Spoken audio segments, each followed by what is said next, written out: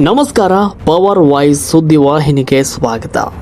ವೀಕ್ಷಕರೇ, ವ್ಯಕ್ತಿಗಿಂತ ಪಕ್ಷ ಮುಖ್ಯ, ಪಕ್ಷಕ್ಕಿಂತ ದೇಶ ಮುಖ್ಯ ಅನ್ನೋದು ಕೇವಲದ ಭಾಷಣದ ಸರಕಲ್ಲ. ಅದು ಬದುಕಿನುದ್ದಕ್ಕೂ ಪಾಲಿಸಿಕೊಂಡು ಬರಬೇಕಾದ ನಿಷ್ಠೆ. ಇವತ್ತು ಅಧಿಕಾರದ ಮೋಹಕ್ಕೆ ಸಿಲುಕಿ ತತ್ವ ಸಿದ್ಧಾಂತಗಳನ್ನು ಮರೆಯುವ ನಾಯಕರ ನಡುವೆ ಸಂಘಟನೆ ಮತ್ತು ದೇಶದ ಹಿತಾಸಕ್ತಿಯನ್ನೇ ಉಸಿರಾಗಿಸಿಕೊಂಡು 3.5 ದಶಕಗಳಿಂದ ಎಲೆಮರೆ ಕಾಯಿಯಂತೆ ಪಕ್ಷಕ್ಕೆ ನೀರೆರೆದ ರಾಜ್ಯ ಬಿಜೆಪಿಯ ಕಟ್ಟಾಳು ಮಹದೇವಪುರ ಕ್ಷೇತ್ರದ ಮಾಜಿ ಶಾಸಕರು ಹಾಗೂ ಮಾಜಿ ಸಚಿವ ಶ್ರೀಯುತ ಅರವಿಂದ ಲಿಂಬಾವಳಿಯವರ ರಾಜಕೀಯ ಯಾನದ ಸಮಗ್ರ ಚಿತ್ರಣವನ್ನು ಇವತ್ತಿನ ವಿಡಿಯೋದಲ್ಲಿ ನೋಡ್ತಾ ಹೋಗೋಣ. ರಾಜ್ಯದಲ್ಲಿ ಕಮಲದ ಬಾವುಟ ಕಟ್ಟಲು ಜನರಿಲ್ಲದ, ಸಾಮಾಜಿಕ ಜಾಲತಾಣಗಳ ಅಬ್ಬರವಿಲ್ಲದ ಕಾಲದಲ್ಲಿ ಪಕ್ಷವನ್ನು ತಳಮಟ್ಟದಿಂದ ಕಟ್ಕೊಂಡು ಬಂದ ಈ ಮಾಸ್ಟರ್ ಮೈಂಡ್ಗೆ ಈಗಿನ ರಾಜಕೀಯ ಸನ್ನಿವೇಶದಲ್ಲಿ ಭಾರತೀಯ ಜನತಾ ಪಕ್ಷದ ರಾಜ್ಯಾಧ್ಯಕ್ಷ ಸ್ಥಾನ ಒಲಿಯಬೇಕು ಅನ್ನೋದು ಲಕ್ಷಾಂತರ ಕಾರ್ಯಕರ್ತರ ಒಕ್ಕೊರಲ ಆಗ್ರಹವಾಗಿದೆ. ಅವರು ಏಕೆ ಈ ಹುದ್ದೆಗೆ ಅರ್ಹರು ಅಂತ ನೋಡೋದಾದ್ರೆ, ತಳಮಟ್ಟದಿಂದ ಬೆಳೆದು ಬಂದ ನಾಯಕ. ಹೌದು, 1967 ಫೆಬ್ರವರಿ 1ರಂದು ಬಾಗಲಕೋಟೆಯಲ್ಲಿ ಜನಿಸಿದ ಅರವಿಂದ ಲಿಂಬಾವಳಿಯವರು ಸಿವಿಲ್ ಡಿಪ್ಲೊಮಾ ಪದವೀಧರರು. 70ರ ದಶಕದಲ್ಲಿಯೇ ರಾಷ್ಟ್ರೀಯ ಸ್ವಯಂ ಸೇವಕ ಸಂಘದ ಒಡನಾಟ ಬೆಳೆಸಿಕೊಂಡಿದ್ದ ಅವರು 80ರ ದಶಕದಲ್ಲಿ ಎಬಿವಿಪಿಯ ಸಕ್ರಿಯ ಕಾರ್ಯಕರ್ತರಾಗಿ ರೂಪುಗೊಂಡವರು. ವಿದ್ಯಾರ್ಥಿ ನಾಯಕನಾಗಿ 1986ರಲ್ಲಿ ಎಬಿವಿಪಿ ರಾಜ್ಯ ಸಹ ಕಾರ್ಯದರ್ಶಿಯಾಗಿ, 1982ರಲ್ಲಿ ಪಾಲಿಟೆಕ್ನಿಕ್ ಕ್ರಿಯಾ ಸಮಿತಿ ಸಂಚಾಲಕರಾಗಿ ವಿದ್ಯಾರ್ಥಿಗಳ ಧ್ವನಿಯಾದವರು. 1992ರಲ್ಲಿ 1 ಲಕ್ಷಕ್ಕೂ ಹೆಚ್ಚು ವಿದ್ಯಾರ್ಥಿಗಳನ್ನು ಸೇರಿಸಿ ಕ್ಯಾಂಪಸ್ ಉಳಿಸಿ ಬೃಹತ್ ರ್ಯಾಲಿ ಸಂಘಟಿಸುವ ಮೂಲಕ ತಮ್ಮ ನಾಯಕತ್ವದ ಶಕ್ತಿಯನ್ನು ಪ್ರದರ್ಶನ ಮಾಡಿದರು. ಇನ್ನು 1992ರಲ್ಲಿ ಮುರಳಿ ಮನೋಹರ್ ಜೋಶಿ ಅವರ ನೇತೃತ್ವದಲ್ಲಿ ಶ್ರೀನಗರದ ಲಾಲ್ ಚೌಕ್ನಲ್ಲಿ ತ್ರಿವರ್ಣ ಧ್ವಜ ಹಾರಿಸಿದ ಐತಿಹಾಸಿಕ ಕ್ಷಣದಲ್ಲಿ ಕರ್ನಾಟಕದಿಂದ ತೆರಳಿದ 5 ಯುವಕರಲ್ಲಿ ಲಿಂಬಾವಳಿಯವರು ಮುಂಚೂಣಿಯಲ್ಲಿದ್ದವರು. ಇನ್ನು RSS ಸೂಚನೆ ಮೇರೆಗೆ 1995ರಲ್ಲಿ ಅಧಿಕೃತವಾಗಿ ಬಿಜೆಪಿ ಸೇರಿದ ಇವರು ಯುವ ಮೋರ್ಚಾ ರಾಜ್ಯ ಪ್ರಧಾನ ಕಾರ್ಯದರ್ಶಿಯಾಗಿ, ಬಳಿಕ ಬರೋಬ್ಬರಿ 16 ವರ್ಷಗಳ ಕಾಲ ನಿರಂತರವಾಗಿ ಪಕ್ಷದ ಪ್ರಧಾನ ಕಾರ್ಯದರ್ಶಿ ಹಾಗೂ ಸಂಘಟನಾ ಕಾರ್ಯದರ್ಶಿಯಾಗಿ ಇತಿಹಾಸವನ್ನು ನಿರ್ಮಿಸಿದರು. ಕೇವಲ ಮಹದೇವಪುರ ಮಾತ್ರವಲ್ಲ, ಇಡೀ ರಾಜ್ಯದಾದ್ಯಂತ ಸಂಚರಿಸಿ ಪಕ್ಷವನ್ನು ಬಲಪಡಿಸಿದ ಕೀರ್ತಿ ಇವರಿಗೆ ಸಲ್ಲುತ್ತೆ.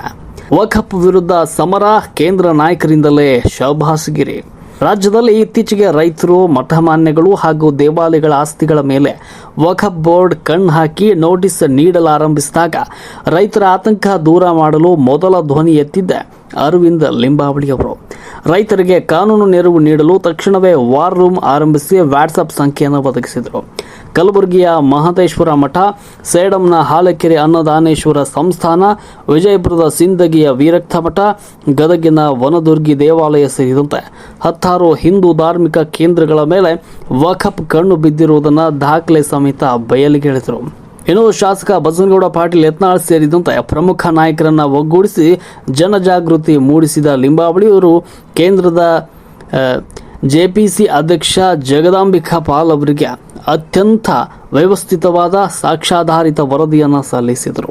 ಇಡೀ ದೇಶದಲ್ಲಿಯೇ ಕರ್ನಾಟಕದಲ್ಲಿ ಮಾತ್ರ ಇಷ್ಟು ವ್ಯವಸ್ಥಿತ ವರದಿ ಸಲ್ಲಿಕೆಯಾಗಿದೆ ಅಂತ ಕೇಂದ್ರ ನಾಯಕರು ಲಿಂಬಾವಳಿಯವರ ಮಾಸ್ಟರ್ ಮೈಂಡ್ ಅನ್ನ ಮುಕ್ತ ಕಂಠದಿಂದ ಶ್ಲಾಘಿಸಿದರು. ಮಹದೇವಪುರ ಕ್ಷೇತ್ರದ ಸಮಗ್ರ ಅಭಿವೃದ್ಧಿಯ ಹರಿಕಾರ. ಇನ್ನು 2008ರಲ್ಲಿ ಮಹದೇವಪುರ ಕ್ಷೇತ್ರ ರಚನೆ ಆದಾಗಿನಿಂದ ಸತತ 3 ಬಾರಿ ಅಂದರೆ 2008, 2012 ಹಾಗೂ 2018 ಜಯಬೇರಿ ಬಾರಿಸಿದ ಲಿಂಬಾವಳಿಯವರು ITBT ಹಬ್ ಆಗಿರುವ ಈ ಕ್ಷೇತ್ರವನ್ನು ಮಾದರಿಯಾಗಿ ರೂಪಿಸಿದರು.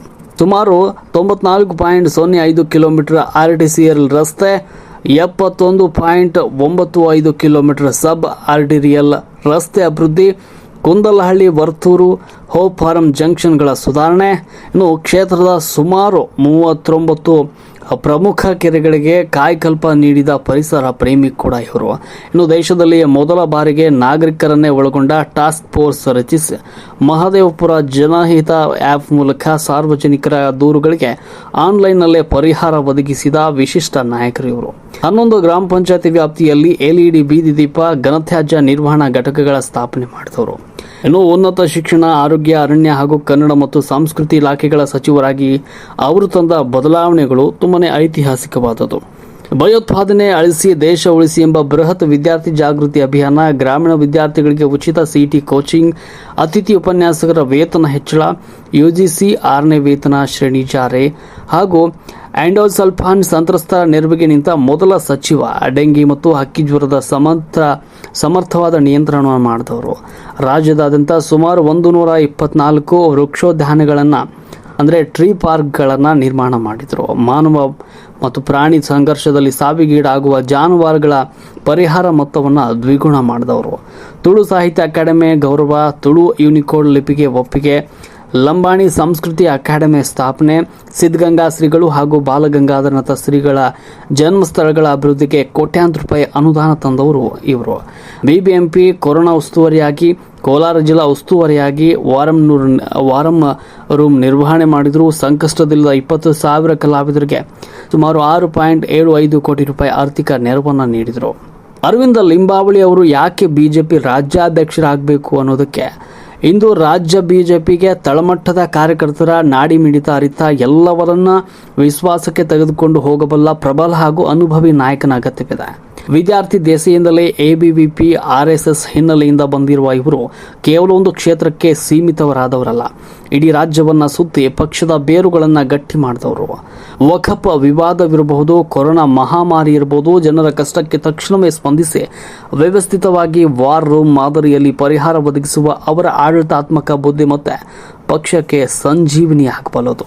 ಇನ್ನು ಲಾಲ್ ಚೌಕ್ನಿಂದ ಹಿಡಿದು ಇವತ್ತಿನ ವ್ಯಕ್ತಿಗಿಂತ ಪಕ್ಷಕ್ಕಿಂತ ದೇಶಮುಖಿ ಎಂಬ ನಿಲುವಿಗೆ ಬದ್ಧರಾಗಿರುವ, ಒಳ ರಾಜಕೀಯದ ನಡುವೆಯೂ ಸದ್ದಿಲ್ಲದೆ ಪಕ್ಷಕ್ಕಾಗಿ ದುಡಿತಾ ಇರುವ ಅಪ್ಪಟ ಕಾರ್ಯಕರ್ತರು ಇವರು. ಕೇವಲ ಅಧಿಕಾರಕ್ಕಾಗಿ ರಾಜಕಾರಣ ಮಾಡುವವರ ನಡುವೆ ನಿಸ್ವಾರ್ಥತೆಯಿಂದ ಸೇವೆ ಸಲ್ಲಿಸ್ತಾ ಪಕ್ಷದ ಸಂಘಟನೆಗಾಗಿ ತಮ್ಮ ಬದುಕನ್ನೇ ಮುಡುಪಾಗಿಟ್ಟಿರುವ ಹಿರಿಯ ನಾಯಕ ಶ್ರೀಯುತ ಅರವಿಂದ ಲಿಂಬಾವಳಿಜಿ ಅವರಿಗೆ ಈಗ ಸೂಕ್ತ ಸ್ಥಾನಮಾನ ಒಲಿಯಬೇಕಿದೆ. ಪಕ್ಷವನ್ನು ಮುನ್ನಡೆಸುವ ಅದ್ಭುತ ನಾಯಕತ್ವ ಗುಣ, ಕಾರ್ಯಕರ್ತರನ್ನ ಒಗ್ಗೂಡಿಸುವ ಶಕ್ತಿ ಇವರಲ್ಲಿದೆ. ಈ ನಿಟ್ಟಿನಲ್ಲಿ ಮುಂಬರುವ ದಿನಗಳಲ್ಲಿ ಶ್ರೀಯುತ ಅರವಿಂದ ಲಿಂಬಾವಳಿಯವರು ಭಾರತೀಯ ಜನತಾ ಪಕ್ಷದ ರಾಜ್ಯಾಧ್ಯಕ್ಷರಾಗಿ ನೇಮಕಗೊಳ್ಳಲೇಬೇಕು ಅನ್ನುವುದು ನಿಷ್ಠಾವಂತ ಕಾರ್ಯಕರ್ತರ ಹಾಗೂ ರಾಜ್ಯದ ಜನತೆಯ ಪ್ರಬಲ ಆಶಯವಾಗಿದೆ. ಪಕ್ಷದ ವರಿಷ್ಠರು ಈ ನೈಜ ಸಂಘಟಕನಿಗೆ ರಾಜ್ಯಾಧ್ಯಕ್ಷ ಪಟ್ಟ ಕಟ್ಟಿ ಪಕ್ಷವನ್ನು ಮತ್ತಷ್ಟು ಬಲಪಡಿಸುವ ಐತಿಹಾಸಿಕ ನಿರ್ಧಾರ ತೆಗೆದುಕೊಳ್ಳುತ್ತಾರಾ ಅನ್ನುವುದನ್ನು ಕಾದು ನೋಡಬೇಕಾಗಿದೆ.